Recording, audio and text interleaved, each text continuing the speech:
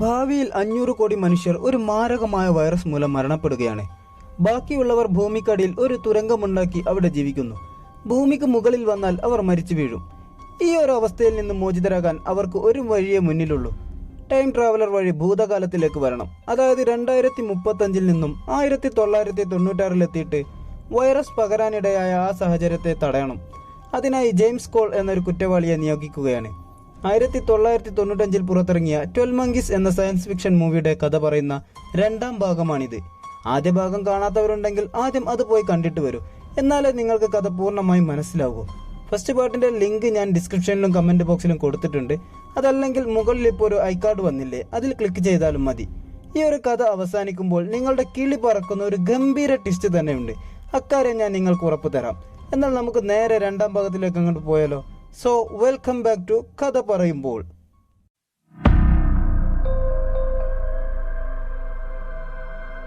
ആദ്യ ഭാഗത്തിൽ നമ്മൾ എവിടെയാണ് പറഞ്ഞു നിർത്തിയതെന്ന് നിങ്ങൾക്ക് ഓർമ്മയുണ്ടോ?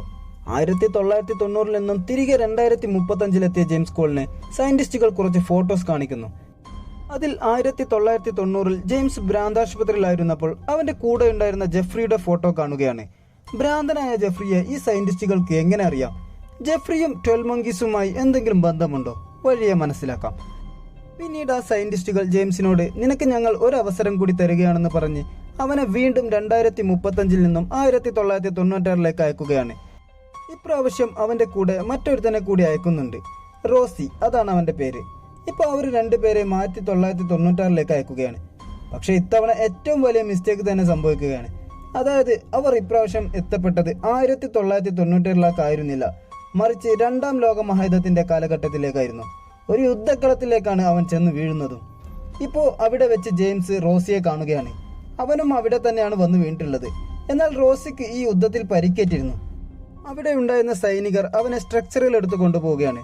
ഇപ്പോൾ ജെയിംസും റോസിയും സംസാരിക്കുന്നുണ്ട്. എന്നാൽ അവിടെ ഉണ്ടായിരുന്ന സൈനികർക്ക് ഒന്നും തന്നെ മനസ്സിലാകുന്നുണ്ടായിരുന്നില്ല. കാരണം ജെയിംസും റോസിയും സംസാരിച്ചത് ഇംഗ്ലീഷിലായിരുന്നു. ആ സൈനികരാണെങ്കിൽ ഫ്രഞ്ചുകാരും. ഇപ്പോൾ ജെയിംസ് അവിടെ നിന്ന് ഓടി രക്ഷപ്പെടാൻ ശ്രമിക്കുകയാണ്. എന്നാൽ അവന്റെ കാലിൽ ഒരു സൈനികൻ വെടിവെക്കുകയാണ്. അതേസമയം തന്നെ 2035 സയന്റിസ്റ്റുകൾ അവർക്ക് സംഭവിച്ച ആ പിഴവ് തിരിച്ചറിഞ്ഞ് അത് തിരുത്തുകയാണ്. അതായത് ജെയിംസും റോസിയും 2035 നിന്നും ഇപ്രാവശ്യം എത്തിയത് രണ്ടാം ലോക മഹായുദ്ധത്തിന്റെ കാലഘട്ടത്തിലേക്കായിരുന്നല്ലോ.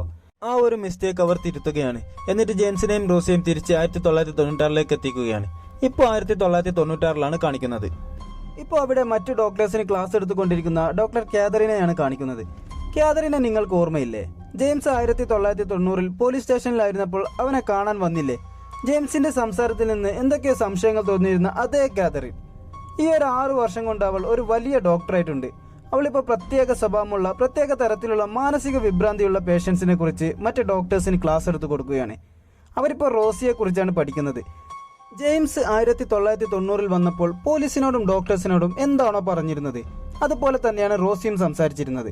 അതായത് ഞാൻ ഭാവിയിൽ നിന്നും വന്നതാണെന്നും വൈറസ് പകരാനിടയായ സാഹചര്യം കണ്ടുപിടിച്ചത് നശിപ്പിക്കാൻ വന്നതാണെന്നുമൊക്കെ. റോസിയെ 1996 തിരിച്ചു വിളിക്കുന്നതിൽ പരാജയപ്പെട്ടിരുന്നു. അതുകൊണ്ട് തന്നെ ആ യുദ്ധക്കളത്തിൽ പരിക്കേറ്റിരുന്ന റോസിയെ സൈനികർ ഒരു ആശുപത്രിയിലാക്കിയിരുന്നു. അങ്ങനെയാണ് റോസിയെ കുറിച്ചുള്ള വിവരങ്ങൾ ലഭ്യമായത്. കാതറിൻ ക്ലാസ് എടുത്തു കഴിഞ്ഞപ്പോൾ അവിടെ ഉണ്ടായിരുന്ന ഒരുപാട് ഡോക്ടേഴ്സ് ഇപ്പോൾ കാതറിനോട് സംശയങ്ങൾ ചോദിച്ച് ക്ലിയർ ആക്കുന്നുണ്ട്. അതിൽ പ്രധാനപ്പെട്ട ഒരാളായിരുന്നു പീറ്റർ. ഇവരെ നിങ്ങളൊന്ന് നോട്ട് ചെയ്ത് വെച്ചോളൂ കേട്ടോ. പിന്നീട് ക്ലാസ് ഒക്കെ കഴിഞ്ഞ് കാതറിൻ വീട്ടിലേക്ക് പോകാൻ വേണ്ടി കാറിനടുത്തേക്ക് വന്ന സമയത്ത് മുഖം മറച്ച ഒരാൾ വന്ന് കാതറിന്റെ മുഖം പൊത്തിപ്പിടിച്ച് കാറിനുള്ളിലേക്ക് കയറ്റി ഭീഷണിപ്പെടുത്തുകയാണ്. വേഗം വണ്ടിയെടുക്ക്, പെട്ടെന്ന് തന്നെ കാലിഫോർണിയയിലെത്തണം. ഇപ്പോൾ കാതറിൻ പറയുകയാണ്, കാലിഫോർണിയയോ? ഒരുപാട് ദൂരമുണ്ട് അവിടേക്ക്, ഏകദേശം 100 കിലോമീറ്ററോളം. ഇപ്പോൾ ആ മുഖം മറച്ചാള് കാതറിനോട് പറയുകയാണ്, നിങ്ങൾ വേഗം വണ്ടി ഓടിക്ക്, എനിക്ക് വണ്ടി ഓടിക്കാൻ അറിയില്ല, ഞാൻ ഒരുപാട് വർഷമായി ഭൂമിക്കടിയിലാണ് താമസിക്കുന്നത്. ഇത് കേട്ട ഉടനെ കാതറിന് പഴയ ഒരു കാര്യം ഓർമ്മ വരികയാണ്. 6 വർഷം മുമ്പ് ജെയിംസ് കോൾ എന്ന വ്യക്തി പറഞ്ഞ ഒരു കാര്യം. ഇപ്പോൾ കാതറിൻ ചോദിക്കുകയാണ്, നിങ്ങൾ ജെയിംസ് കോൾ അല്ലേ? 6 വർഷം മുമ്പ് നിങ്ങൾ എങ്ങനെയാണ് ആ ഒരു സെല്ലിൽ നിന്നും രക്ഷപ്പെട്ടത്? ഇപ്പോൾ ജെയിംസ് അവളോട് ദേഷ്യപ്പെടുകയാണ്, നീ മിണ്ടാതെ വണ്ടി ഓടിക്ക്. കാതറിൻ ഒരു ഭയത്തോടു കൂടിയാണ് ഇപ്പോൾ കാർ ഓടിക്കുന്നത്. കാതറിന് സത്യങ്ങൾ മനസ്സിലായതോടെ ജെയിംസ് ഇപ്പോൾ തന്റെ മുഖം മൂടി അഴിച്ചിട്ടുണ്ട്. അവൻ വേദന കൊണ്ട് കിടന്ന് പുളയുകയാണ്. കാരണം അവന്റെ കാലിൽ വെടിയേറ്റിട്ടുണ്ടായിരുന്നല്ലോ. അവൻ രണ്ടാം ലോക മഹായുദ്ധത്തിൽ നിന്ന് നേരെ ഇവിടെയാണ് എത്തിയിട്ടുള്ളത്. ഇപ്പോൾ കാറിലെ റേഡിയോയിൽ മ്യൂസിക് പ്ലേ ആകുന്നുണ്ട്.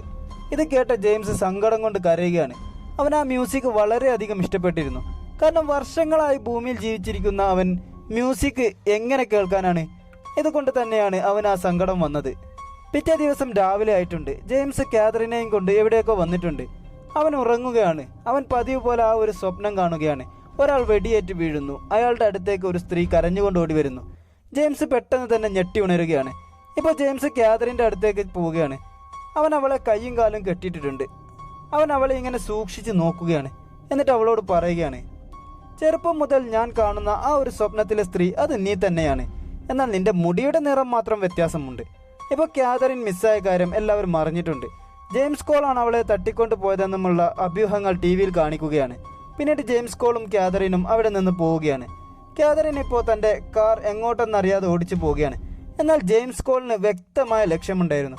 അതായത് ആർമി ഓഫ് 12 മങ്കീസ്. അവരെക്കുറിച്ച് അവന് മനസ്സിലാക്കിയേ മതിയാകൂ. എന്താണ് ആർമി ഓഫ് 12 മങ്കീസ്? ശരിക്കും 12 കുരങ്ങന്മാരാണോ? അതോ ഏതെങ്കിലും സംഘടനയോ ഗ്യാങ്ങോ അങ്ങനെ എന്തെങ്കിലും ആണോ? അങ്ങനെയാണെങ്കിൽ അവർക്കൊരു ലീഡർ ഉണ്ടാകുമല്ലോ. ആരാണ് അവരുടെ ലീഡർ? ഈ രഹസ്യങ്ങളൊക്കെ കണ്ടുപിടിക്കാനാണ് ജെയിംസ് ഇപ്പോൾ കാതറിനെയും കൂട്ടി പോകുന്നത്. ഇപ്പോൾ കാറിലെ റേഡിയോയിൽ ജെയിംസും കാതറിനും മിസ്സിംഗ് ആയ ന്യൂസ് കേൾക്കുന്നുണ്ട്. അവരെ പോലീസ് അന്വേഷിച്ചുകൊണ്ടിരിക്കുകയാണെന്നും ന്യൂസിൽ പറയുന്നുണ്ട്. ഇപ്പോൾ ന്യൂസിൽ മറ്റൊരു മിസ്സിംഗ് കേസ് കൂടി പറയുന്നുണ്ട് കേട്ടോ. അതായത് ഒരു കുട്ടിയെ കാണാതായിട്ടുണ്ട്. ഈ ഒരു ന്യൂസ് കേട്ടപ്പോൾ ജെയിംസ് പറയുകയാണ്, ആ കുട്ടിയെ ആരും തന്നെ തട്ടിക്കൊണ്ട് പോയിട്ടില്ല. അവൻ വീടിൻ്റെ തട്ടുംപുറത്ത് ഒളിച്ചിരിക്കുകയാണ്. കുറച്ച് ദിവസം കഴിയുമ്പോൾ അവനെ കിട്ടിക്കോളും. ഇത് കേട്ട കാതറിൻ ഒന്ന് അമ്പരക്കുന്നുണ്ട്. ഇവൻ എന്തൊക്കെയാണ് പറയുന്നത്? അവൾക്കറിയില്ലല്ലോ അവൻ കുട്ടിയായിരിക്കുമ്പോൾ നടന്ന ഒരു സംഭവമാണിതെന്ന്. വളരെയധികം ശ്രദ്ധയാർജിച്ച ഒരു ന്യൂസ് തന്നെയായിരുന്നു ഇത്. അതുകൊണ്ട് തന്നെ ഈ കാര്യങ്ങളൊക്കെ അവൻ്റെ ഓർമ്മയിൽ ഇപ്പോഴും തങ്ങി നിൽക്കുന്നുണ്ട്. ജെയിംസും കാതറിനും ഇപ്പോഴും കാറിൽ യാത്ര തുടർന്നുകൊണ്ടിരിക്കുകയാണ്. ഇപ്പോൾ ഒരു ബ്രിഡ്ജിന് താഴെ എത്തിയപ്പോൾ അവൻ കാറ് നിർത്താൻ വേണ്ടി കാതറിനോട് പറയുകയാണ്, അവൻ എന്തോ ഒന്ന് കണ്ടിട്ടുണ്ട്. എന്തായിരിക്കും അത്? നമുക്ക് നോക്കാം. ജെയിംസ് പെട്ടെന്ന് തന്നെ കാറിൽ നിന്ന് ചാടി ഇറങ്ങുകയാണ്. എന്നിട്ട് ആ ബ്രിഡ്ജിന്റെ ചുമരിനടുത്തേക്ക് ഓടിപ്പോവുകയാണ്. അവിടെ കുറെ പോസ്റ്റേഴ്സ് പതിച്ചിട്ടുണ്ടായിരുന്നു. ആ പോസ്റ്റേഴ്സിൽ എന്തെങ്കിലും ഉണ്ടായിരുന്നോ? എന്നാൽ ഒന്നും തന്നെ ഉണ്ടായിരുന്നില്ല. പിന്നെ എന്തിനാണ് ജെയിംസ് അങ്ങോട്ട് ഓടി വന്നത്? അവനിപ്പോൾ ആ പോസ്റ്റേഴ്സ് വലിച്ചു കീറുകയാണ്. ആ പോസ്റ്റേഴ്സിനടിയിൽ ചുമരിൽ 12 മങ്കീസിന്റെ ആ ഒരു ചിത്രം, അവരുടെ ആ ഒരു ചിഹ്നം വരച്ചു വെച്ചിട്ടുണ്ടായിരുന്നു. അത് കണ്ടിട്ടാണ് ജെയിംസ് വണ്ടി നിർത്തിച്ചത്. ജെയിംസ് കാതറിനോട് പറയുകയാണ്, ഞാൻ പറഞ്ഞില്ലേ ആർമി ഓഫ് 12 മങ്കീസ്, ഇത് അവരുടെ ചിഹ്നമാണ്. ഇപ്പോൾ കാതറിൻ അവൻ പറയുന്നതിൽ എന്തൊക്കെ സത്യങ്ങളുണ്ടെന്ന് തോന്നുകയാണ്. എന്നാലും അവളത് കൂടുതലായൊന്നും വിശ്വസിച്ചില്ല കേട്ടോ. ഇപ്പോൾ അവിടെയുള്ള ചുമരിലെല്ലാം 12 മങ്കീസിന്റെ ചിഹ്നമാണുള്ളത്. അവരുടെ അടുത്തേക്ക് ഒരു പിച്ചക്കാരനെ പോലെ തോന്നിക്കുന്ന ഒരു വൃദ്ധനായ മനുഷ്യൻ ഇപ്പോൾ വരികയാണ്. അയാളുടെ മുൻനിരയിൽ പല്ലുകൾ ഉണ്ടായിരുന്നില്ല. അയാളുടെ വേഷവും രീതിയും ഇവരിൽ കുറച്ച് അറപ്പ് തോന്നിക്കുകയാണ്. ഇപ്പോൾ അയാൾ ജെയിംസിനോട് പറയുകയാണ്, നിന്നെ അവർ നിരീക്ഷിക്കുന്നുണ്ട്, നിന്നെ അവർ കേൾക്കുന്നുണ്ട്, അതും നിന്റെ പല്ലുകളിലൂടെ. എൻ്റെ പല്ലുകൾ കണ്ടില്ലേ? അവർ എന്നെ നിരീക്ഷിക്കാതിരിക്കാൻ വേണ്ടി ഞാൻ പറിച്ചു കളഞ്ഞതാണ്. എന്നിട്ട് അയാൾ വല്ലാത്തൊരു ചിരി ചിരിക്കുകയാണ്. ഇപ്പോൾ ജെയിംസും കാതറിനും അവിടെ നിന്നും പോവുകയാണ്. അവർക്ക് ആവശ്യം ആർമി ഓഫ് 12 മങ്കീസിനെ കുറിച്ചുള്ള വിവരങ്ങളാണ്. 12 മങ്കീസിനെ കുറിച്ചുള്ള ഹിന്റിന് വേണ്ടി അവർ യാത്ര തുടരുകയാണ്. പിന്നീട് അവിടെയുള്ള ഒരു തെരുവിലൂടെ നടന്നു നീങ്ങുന്ന അവർ 2 കൊള്ളക്കാരുടെ കയ്യിൽ അകപ്പെടുകയാണ്. ഇപ്പോൾ അതിലൊരുത്തൻ ജെയിംസിനെ അടിച്ചു വീഴ്ത്തി ഗൺ പോയിന്റിൽ നിർത്തുകയാണ്. മറ്റവൻ കാതറിനെ റേപ്പ് ചെയ്യാനും ശ്രമിക്കുന്നുണ്ട്. പക്ഷേ ഈ കൊള്ളക്കാർക്ക് അറിയില്ലല്ലോ ജെയിംസ് ഒരു കുറ്റവാളിയാണെന്ന്. ഒരുപാട് വർഷമായി ജയിലിൽ കഴിയുന്നവൻ, കുറച്ച് മനുഷ്യർ മാത്രമുള്ള ഭാവിയിൽ നിന്നും വന്ന ഒരു ക്രിമിനൽ. ജെയിംസ് അവിടെ വെച്ച് തന്നെ അവർ 2 പേരെ അടിച്ചു കൊല്ലുകയാണ്. ഇതൊക്കെ കണ്ടു നിന്ന കാതറിൻ ആകെ ഭയന്നിട്ടുണ്ട്. അവൾ കരയാൻ തുടങ്ങിയിരുന്നു. പിന്നീട് ജെയിംസ് കാതറിനെയും കൂട്ടി ആ തെരുവിലൂടെ അങ്ങനെ നടക്കുകയാണ്. ഇപ്പോൾ അവിടെയുള്ള ഒരു ബിൽഡിങ്ങിൽ ജെയിംസ് ഒരു രൂപം കാണുകയാണ്. ഒരു പന്നിയുടെ തല. 2035 സയന്റിസ്റ്റുകൾ കാണിച്ചു കൊടുത്ത ഫോട്ടോസിന്റെ കൂട്ടത്തിൽ ഈ ഒരു പന്നിയുടെ തലയുടെ രൂപം കൂടി ഉണ്ടായിരുന്നു. ഈ ഒരു രൂപത്തിന് 12 മങ്കീസുമായി എന്തെങ്കിലും ബന്ധമുണ്ടാകുമെന്ന് കരുതി ജെയിംസും കാതറിനും കൂടി ആ ബിൽഡിങ്ങിന്റെ വാതിൽ തുറന്ന് ഒരു റൂമിലേക്ക് കയറുകയാണ്. അതിനുള്ളിൽ 3 പേരുണ്ടായിരുന്നു. ചെറുപ്പക്കാരായ 2 ആണും ഒരു പെണ്ണും. അവർ ജെയിംസിനോട് ചോദിക്കുകയാണ്, നിങ്ങൾ ആരാണ്? ഇപ്പോൾ ജെയിംസ് അവരോട് ചോദിക്കുകയാണ്, നിങ്ങൾക്ക് ആർമി ഓഫ് 12 മങ്കീസിനെ കുറിച്ച് അറിയുമോ? ഇപ്പോൾ അവിടെയുള്ള ഒരു പെൺകുട്ടി പറയുകയാണ്, ഞങ്ങൾക്കൊന്നും അറിയില്ല, നിങ്ങൾ ഇവിടെ നിന്ന് ഇപ്പോൾ തന്നെ ഇറങ്ങിപ്പോകണം. ഇപ്പോൾ ജെയിംസ് ആ കൊള്ളക്കാരുടെ കയ്യിൽ നിന്ന് തട്ടിയെടുത്തൊരു ഗണ്ണ് ഉപയോഗിച്ച് അവരെ 3 പേരെയും വെടിവെക്കാൻ നിൽക്കുകയാണ്. ഇപ്പോൾ കാതറിൻ അവരോട് പറയുകയാണ്, ഇവനൊരു മെന്റൽ പേഷ്യൻ്റ് ആണ്. ഇവൻ ചോദിച്ചത് നിങ്ങൾക്ക് അറിയുമെങ്കിൽ അത് അങ്ങ് പറഞ്ഞു കൊടുത്തേക്ക്, അതായിരിക്കും നിങ്ങൾക്ക് നല്ലത്. അവർ 3 പേരും അങ്ങനെ പേടിച്ച് വിറച്ചിരിക്കുകയാണ്. ഇപ്പോൾ അവരിൽ ഒരാൾ മറ്റുള്ളവരോട് പറയുകയാണ്, ഞാൻ അപ്പോഴേ പറഞ്ഞതാ അവന്റെ കൂടെ നിൽക്കേണ്ട. അവൻ ആ ജെഫ്രി ഗോയിൻസ് നമ്മളെ അപകടത്തിലാക്കുമെന്ന്. ജെഫ്രി, ഈ പേര് കേട്ട ജെയിംസ് ഒന്ന് ഞെട്ടുകയാണ്. ജെയിംസും കാതറിനും ഒരേ സ്വരത്തിൽ ചോദിക്കുകയാണ്, ജെഫ്രി ഗോയിൻസോ? ഇപ്പോൾ ആ 3 പേരും ജെഫ്രി ആരാണെന്ന് ജെയിംസിനോടും കാതറിനോടും പറഞ്ഞു കൊടുക്കുകയാണ്. ജെഫ്രിയുടെ അച്ഛന്റെ പേരാണ് ഗോയിൻസ്. അദ്ദേഹം ഒരു ഫേമസ് ആയിട്ടുള്ള ഒരു സയന്റിസ്റ്റ് ആണ്. വൈറസുകളെ കുറിച്ച് പഠിക്കുന്ന ഒരു ഡോക്ടറും കൂടിയാണ്. അദ്ദേഹത്തിന് നോബൽ പ്രൈസ് വരെ ലഭിച്ചിട്ടുണ്ട്. പിന്നീട് അവർ പ്രധാനപ്പെട്ട ഒരു രഹസ്യം കൂടി വെളിപ്പെടുത്തുകയാണ്. ആർമി ഓഫ് 12 മങ്കീസ് അത് ജെഫ്രി ഗോയിൻസിന്റെ സൃഷ്ടിയാണ്. എന്തിനാണ് അവൻ ഇങ്ങനെ ഒരു ഗ്യാങ്ങിന് രൂപം കൊടുത്തത്? അവന് മനുഷ്യരെ ഇഷ്ടമല്ലായിരുന്നു. മനുഷ്യരെ മുഴുവൻ കൊന്നുകളഞ്ഞ് മൃഗങ്ങളെ സ്വതന്ത്രമാക്കണമായിരുന്നു. അതിനു വേണ്ടിയിട്ടാണ് ജെഫ്രി ഈ ഒരു 12 മങ്കീസ് എന്ന ഗ്യാങ് ഉണ്ടാക്കിയിട്ടുള്ളത്. ഇപ്പൊ ജെയിംസ് ആകെ ഞെട്ടിത്തെറിച്ച് നിൽക്കുകയാണ്. കാരണം ജെഫ്രിക്ക് ഈ ഒരു ഐഡിയ ഭ്രാന്താശുപത്രിയിൽ വെച്ച് പറഞ്ഞു കൊടുത്തത് ജെയിംസ് കോൾ ആയിരുന്നു. ഇപ്പൊ നിങ്ങളുടെ തല തിരിയുന്നുണ്ടോ?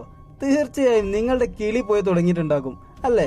കാരണം 2035 നിന്നും സയന്റിസ്റ്റുകൾ വൈറസ് പടരാനിടയായ കാരണത്തെ കണ്ടെത്താൻ 1996 പറഞ്ഞച്ച ജെയിംസ് കോൾ അവനാണ് ഈ ഒരു വൈറസ് ലോകത്ത് പൊട്ടിപ്പുറപ്പെടാൻ കാരണം.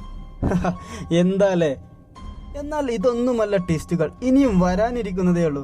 തയ്യാറായിക്കോളൂ നിങ്ങളുടെ കിളികളെ തുറന്നുവിടാൻ. പിന്നീട് ജെയിംസും കാതറിനും ജെഫ്രിയെ അന്വേഷിച്ചുകൊണ്ട് അവിടെ നിന്നും യാത്രയാവുകയാണ്. ഇപ്പൊ ജെയിംസ് കാതറിനോട് പറയുന്നുണ്ട്, ഇതൊന്നും ഒരിക്കലും സംഭവിക്കാൻ സാധ്യതയില്ല. ജെഫ്രി അവനൊരു ഭ്രാന്തനല്ലേ, അവൻ എങ്ങനെയാണ് ഇതൊക്കെ ഈ ഒരു വൈറസ് എടുത്ത് പടർത്താൻ കഴിയുക? ഇപ്പൊ കാതറിൻ പറയുകയാണ്, അവനെ അങ്ങനെ തള്ളിക്കളയാൻ സാധിക്കില്ല.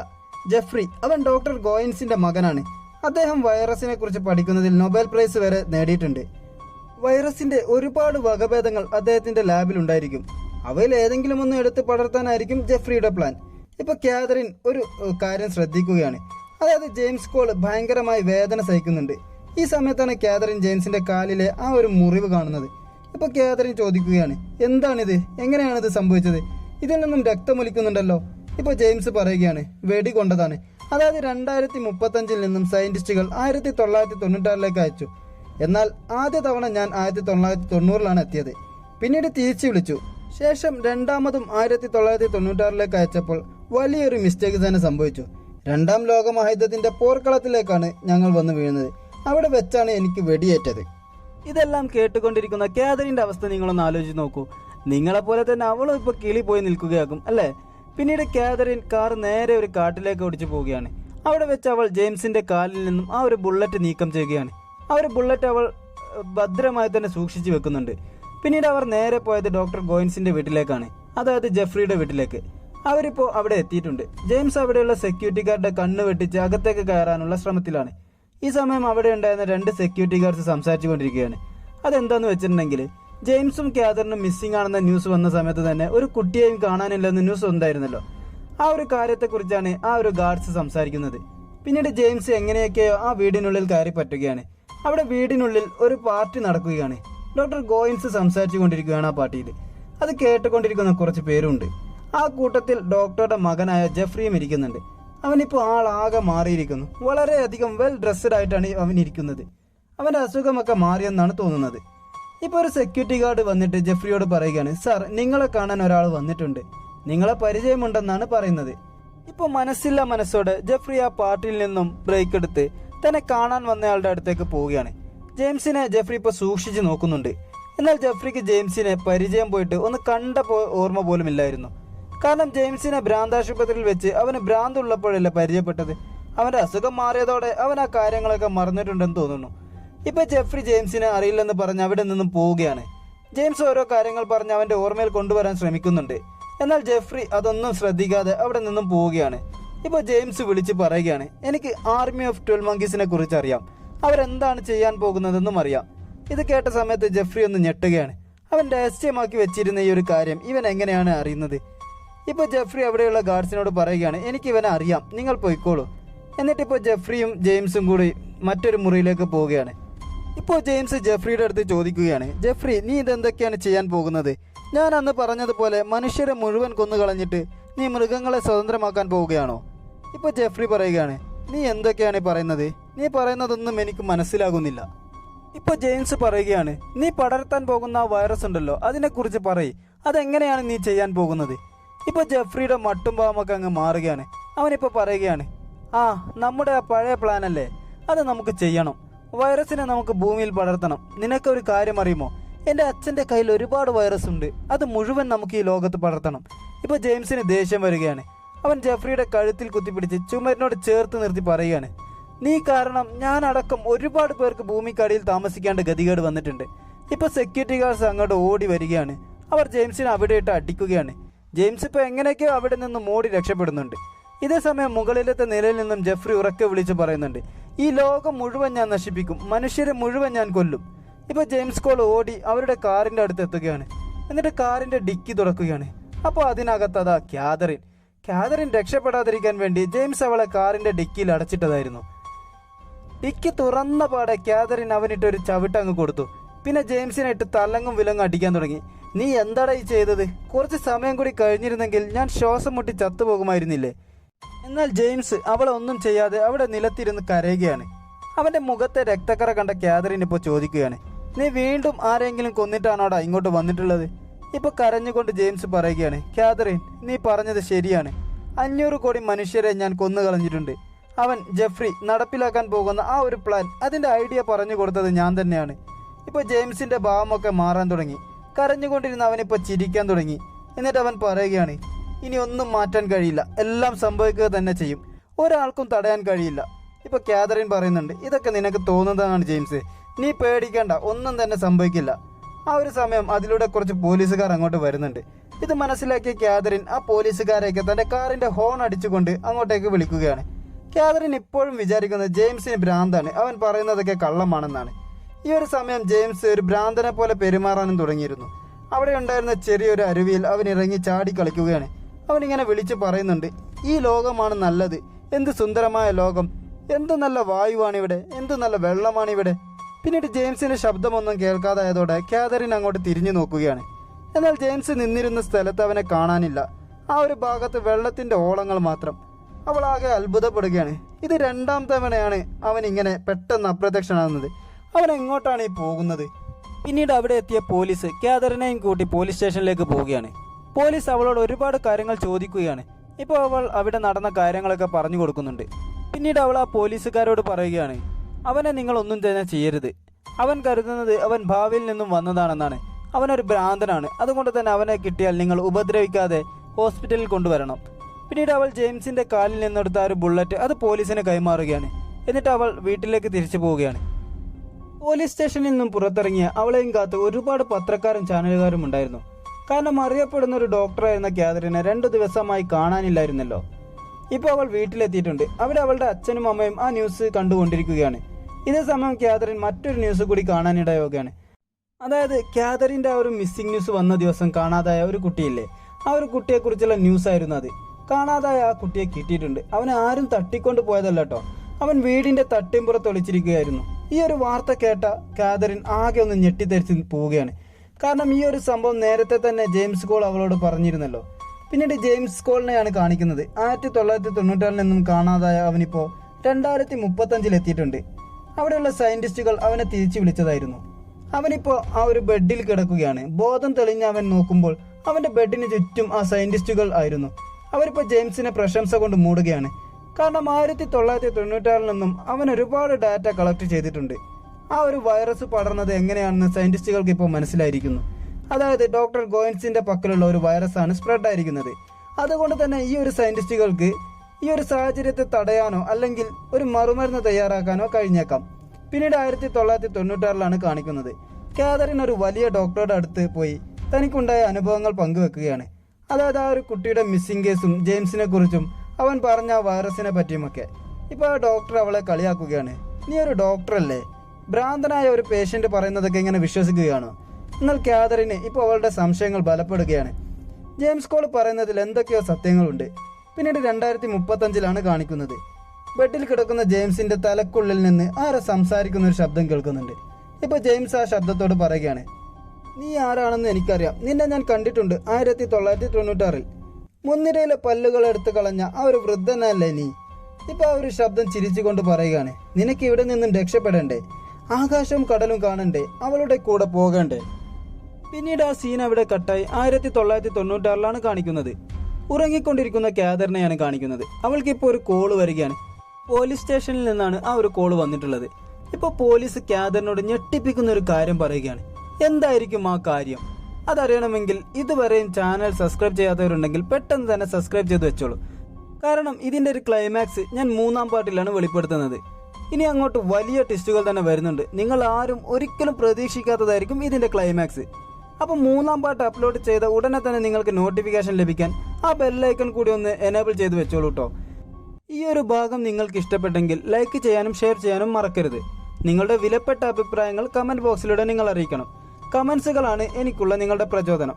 അപ്പം 3-ാം ഭാഗവുമായി ഉടനെ തന്നെ കഥ പറയുമ്പോൾ നിങ്ങളിലേക്ക് എത്തുന്നതാണ്. അതുവരേക്കും ക്ഷമയോടെ കാത്തിരിക്കുമല്ലോ അല്ലേ?